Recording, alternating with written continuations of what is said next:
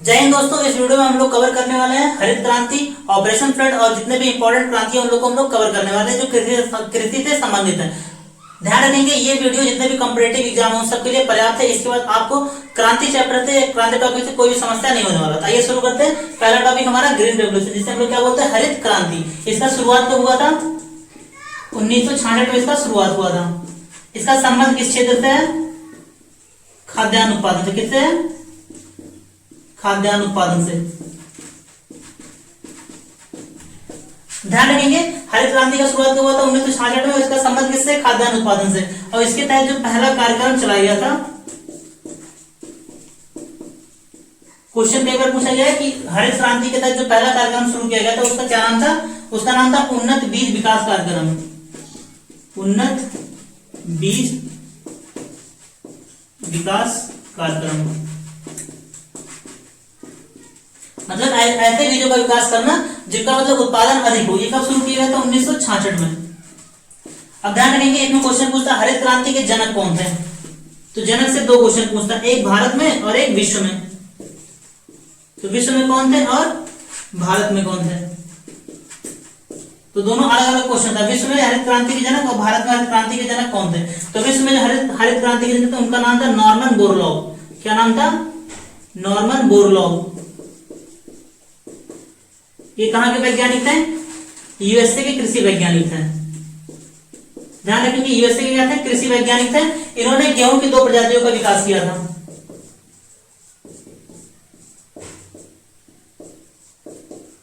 गेहूं की दो प्रजाति का विकास किया था जिसका नाम था सोनारा 65 और प्लस लर्मा रोहो। तो ध्यान रखेंगे विश्व में हरित क्रांति के जनक कौन थे? Norman Borlaug. ये यूएसए के कृषि वैज्ञानिक थे। इन्होंने गेहूं की दो प्रजातियों का विकास किया था जिसका नाम था सोनारा 65 और लर्मा रोह, जिसका उत्पादन लगभग 4 गुना था। कितना था? 4 गुना था। और भारत में हरित क्रांति के जनक एमएस स्वामीनाथन को कहा जाता है। किसे? एमएस स्वामीनाथन को।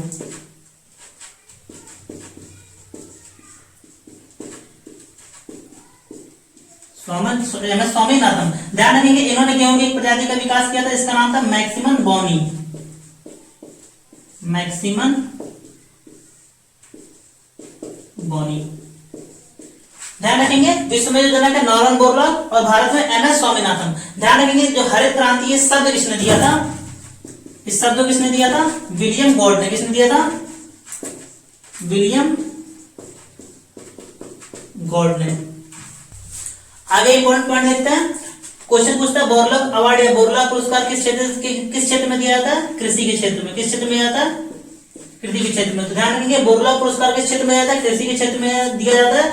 और नॉर्मन बोरलॉग को नोबेल पुरस्कार कब मिला था? 1970 में। नॉर्मन बोरलॉग को नोबेल पुरस्कार कब मिला था? 1970 में। और ध्यान रखिए इन्हें शांति के क्षेत्र में मिला था। किस क्षेत्र में? शांति के क्षेत्र में मिला था। अगला इंपॉर्टेंट पॉइंट है भारत में जो हरित क्रांति का केंद्र कहां पे था? शामली, उत्तर प्रदेश।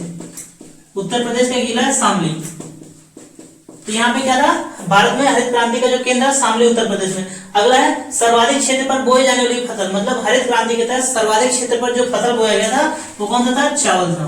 क्या था? चावल। लेकिन सर्वाधिक लाभ किस फसल पे हुआ था? गेहूं। किस पे हुआ था सर्वाधिक?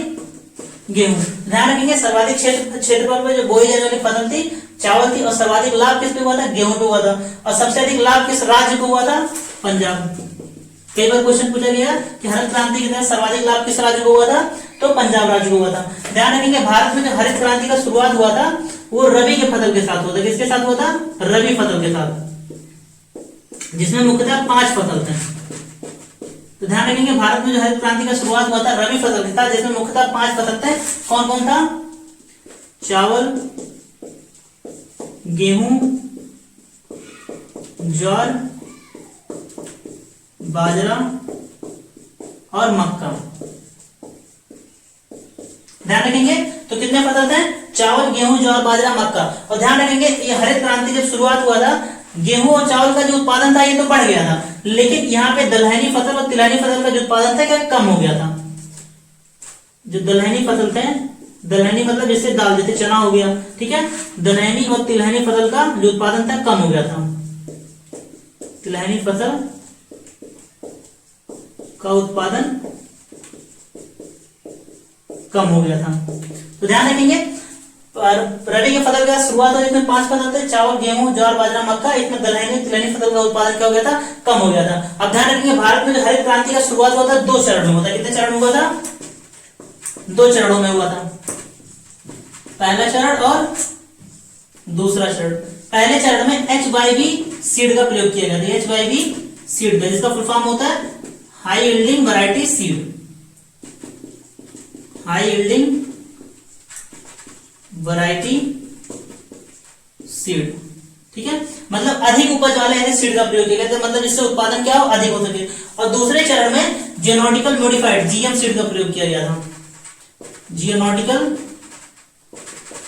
Genetically modified. ध्यान रखें अनुवांशिक रूप से जो संशोधित सीड्स होते हैं उनका प्रयोग किया गया था। तो ध्यान रखेंगे 2 चरणों में शुरू किया गया था। पहले चरण में HYV सीड, अभी जो हाल ही में उत्तर प्रदेश पुलिस का एग्जाम हुआ उसमें एक क्वेश्चन पूछा गया था, ठीक है, कि हरित क्रांति के पहले चरण में किस प्रकार के सीड का प्रयोग किया गया था। तो कहते हैं सीड का HYV seed, high yielding variety seed, उन्नत उपज वाले जो सीड्स होते हैं उनका प्रयोग किया गया था। और इसके दूसरे चरण में जेनेटिकल मॉडिफाइड सीड का प्रयोग किया गया था, मतलब अनुवांशिक रूप से जो संशोधित सीड्स होते हैं उनका प्रयोग किया गया था। तो ध्यान रखेंगे बोरलॉग पुरस्कार का संबंध कृषि क्षेत्र से। नॉर्मन बोरलॉग को नोबेल कब मिला था, 1970 में मिला था। शांति का नोबेल शांति के क्षेत्र में मिला था। और भारत में हरित क्रांति का जो केंद्र था शामली उत्तर प्रदेश था। सर्वाधिक क्षेत्रफल पर जो बोई जाने वाली फसल थी चावल, और सर्वाधिक लेकिन लाभ किस फसल पे हुआ था, गेहूं पे हुआ था। और सबसे अधिक लाभ किस राज्य को हुआ था, पंजाब को हुआ था, क्योंकि पंजाब टेक्नोलॉजी में तब भी आगे था और आज के टाइम में टेक्नोलॉजी में बहुत आगे है, क्योंकि पंजाब में जो कृषि होता है वो बिजनेस के तौर पे किया था। बाकी और जो राज्य है वहां पे जीवन पालन करने के लिए किया जाता है। ठीक है, अगला है हरित क्रांति का जो शुरुआत हुआ था रबी फसल के साथ हुआ था, जिसमें मुख्यतः 5 फसल थे, चावल, गेहूं, ज्वार, बाजरा, मक्का। इसमें ध्यान रखिए दलहनी और तिलहनी फसल का उत्पादन क्या हो गया था, कम हो गया था। और हरित क्रांति 2 चरणों में शुरू हुआ था। पहला चरण में HYV सीड का प्रयोग किया गया था और दूसरे में जेनेटिकल मॉडिफाइड सीड का प्रयोग किया गया था। अगला देखते हैं, अगला क्या है, ऑपरेशन फ्लड, जिसे हम लोग किस नाम से जानते हैं, व्हाइट रेवोल्यूशन या फिर श्वेत क्रांति के नाम से जानते हैं। तो ध्यान रखेंगे, ठीक है, ऑपरेशन फ्लड को हम लोग व्हाइट रेवोल्यूशन या फिर श्वेत क्रांति के नाम से जानते हैं। इसका शुरुआत कब हुआ था, 1970 में। कब शुरू हुआ था, 1970 में। इसके जनक कौन है, ऑपरेशन फ्लड के जनक वर्गीज कुरियन है। कौन है, वर्गीज कुरियन। ध्यान रखेंगे अमूल के संस्थापक यही हैं, ठीक है, वर्गीज कुरियन। अमूल के संस्थापक कौन है, वर्गीज कुरियन। और ऑपरेशन फ्लड का संबंध किस क्षेत्र से है, दुग्ध उत्पादन। किससे है, दुग्ध उत्पादन से। और भारत में 3 चरणों में शुरू किया गया था। ऑपरेशन फ्लड कितने चरण में शुरू किया गया था, 3 चरण में, पहला, दूसरा, तीसरा। जो पहला चरण था, पहले चरण में 1970 से 80 तक चला था। दूसरा चरण 1981 से लेके 85 तक चला था और 1985 से लेके 95 तक चला था। तो ध्यान रखेंगे ऑपरेशन फ्लड कितने चरणों में चला था, 3 चरणों में, 1970 से 80, 81 से 85 और 85 से 95 के बीच में। और ध्यान रखेंगे उत्तर प्रदेश में जो ऑपरेशन फ्लड का शुरुआत हुआ था, उत्तर प्रदेश में ऑपरेशन फ्लड 1973 में शुरू हुआ था। कब शुरू हुआ था, 1973 में। उत्तर प्रदेश के 3 जिलों के साथ, वाराणसी, मेरठ और बलिया के साथ। बलिया में स्टार्ट होता है, वाराणसी, मेरठ और बलिया में। तो ध्यान रखिए उत्तर प्रदेश में ऑपरेशन फ्लड कब शुरू हुआ था, 1973 में, वाराणसी, मेरठ और बलिया में। इसी के साथ हम लोग एक संगठन, एक संस्था का ध्यान रखेंगे, राष्ट्रीय डेयरी विकास बोर्ड। राष्ट्रीय डेयरी विकास बोर्ड, जिसे हम लोग शॉर्टकट में क्या बोलते हैं, नेशनल डेयरी डेवलपमेंट बोर्ड। ठीक है, इसका स्थापना कब हुआ था, 1965 में इसका स्थापना होता है। इसके संस्थापक कौन थे, वर्गीज कुरियन। तो इसका हेडक्वार्टर मुख्यालय कहां पे है, तो ध्यान रखेंगे ऑपरेशन फ्लड के जनक थे वर्गीज कुरियन और ये राष्ट्रीय डेयरी विकास बोर्ड का जो संस्थापक थे कौन थे, वर्गीज कुरियन ही थे, वर्गीज कुरियन। और इसका मुख्यालय कहां पे है, आनंद, गुजरात में, आनंद, गुजरात में। अब हम लोग आगे कुछ महत्वपूर्ण क्रांति और उनसे संबंधित क्षेत्र के बारे में जानते हैं। ठीक है, एक बार इतना ध्यान रखना कि कौन सी क्रांति किस क्षेत्र से संबंधित है। इसमें सिंपल सा क्वेश्चन पूछा जाएगा, रजत क्रांति का संबंध किस क्षेत्र से है, अंडा उत्पादन। किससे है, अंडा उत्पादन से इसका संबंध है। रजत क्रांति का संबंध अंडा से। ठीक है, नीली क्रांति का संबंध मत्स्य पालन। किससे है, मत्स्य मतलब मछली। मछली उत्पादन से किसका संबंध है? नीली क्रांति का, मतलब मछली उत्पादन को बढ़ावा देना, ठीक है। पीली क्रांति का संबंध किससे? तिलहनी फसल से। किससे? तिलहनी फसल से, मतलब ऐसे फसल जिनसे मतलब तेल निकल जाता है, सरसों हो गया, ठीक है, सूरजमुखी हो गया, इन सब फसल हो गया, ठीक है। बादामी क्रांति में क्या हो जाएगा? बादामी क्रांति का संबंध किससे? मसाला उत्पादन से। किससे संबंधित है? मसाला उत्पादन से। गुलाबी क्रांति का संबंध किससे? झींगा। किससे? झींगा मछली और इनसे प्याज से संबंधित है। तो ध्यान रखेंगे, गुलाबी क्रांति का संबंध किससे? झींगा उत्पादन से और प्याज के उत्पादन से। लाल क्रांति किससे? टमाटर। टमाटर कैसा होता है? लाल होता है, ठीक है। तो ध्यान रखेंगे, लाल क्रांति का संबंध किससे? टमाटर उत्पादन से। अगला कृष्णा क्रांति का संबंध किससे? बायोडीजल से। किससे? बायोडीजल से, मतलब पेट्रोलियम से। अगला ध्यान रखेंगे, सुनहरी क्रांति का संबंध किससे? बागवानी से। सुनहरी क्रांति का संबंध बागवानी से। गोल क्रांति का संबंध किससे? आलू से। आलू कैसा होता है? गोल होता है, तो आलू गोल क्रांति किससे संबंधित है? आलू से संबंधित है। अगला धूसर क्रांति। धूसर क्रांति का संबंध किससे? सीमेंट से। किससे? सीमेंट से। तो ध्यान रखेंगे, रजत क्रांति का संबंध अंडा उत्पादन से। नीली क्रांति का मत्स्य पालन या फिर मछली से, ठीक है। पीली क्रांति का तिलहनी या तेल वाले जो मतलब फसल होते हैं। बादामी क्रांति मसाला। गुलाबी क्रांति झींगा प्याज, झींगा या फिर प्याज, ठीक है। लाल क्रांति का संबंध टमाटर से। कृष्णा क्रांति का संबंध बायोडीजल या पेट्रोलियम से। सुनहरी क्रांति का संबंध बागवानी से। गोल क्रांति का संबंध आलू से और धूसर क्रांति का संबंध किससे? सीमेंट से। अगला देखते हैं, अगला क्रांति है सदाबहार क्रांति। सदाबहार क्रांति का संबंध किससे? जैविक तकनीक से। किससे? जैविक तकनीक से।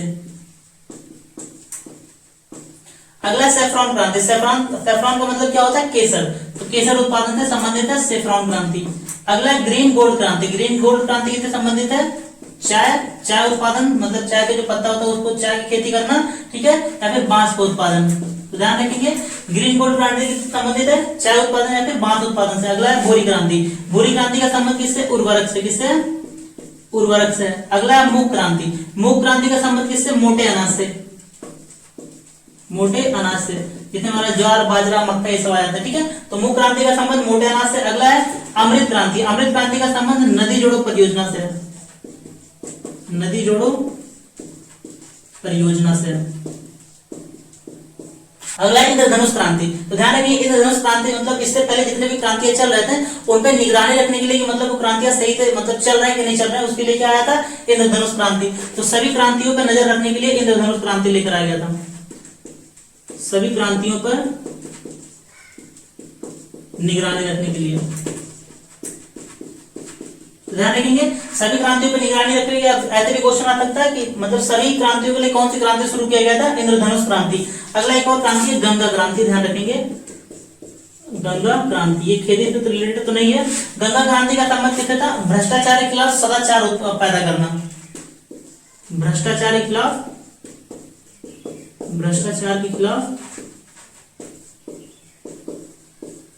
सदाचार पैदा करना, मतलब भ्रष्टाचार को कम करना था, इसका उद्देश्य इतना था, मतलब था। तो ध्यान रखेंगे, सदाबहार क्रांति का संबंध जैविक तकनीक से। सेफ्रॉन क्रांति केसर से संबंधित है। ग्रीन गोल्ड क्रांति चाय या बांस से संबंधित है। भूरी क्रांति उर्वरक से संबंधित है। मूक क्रांति का संबंध मोटे अनाज से। अमृत क्रांति का संबंध नदी जोड़ो परियोजना से। इंद्रधनुष क्रांति सभी क्रांतियों पर निगरानी रखने के लिए।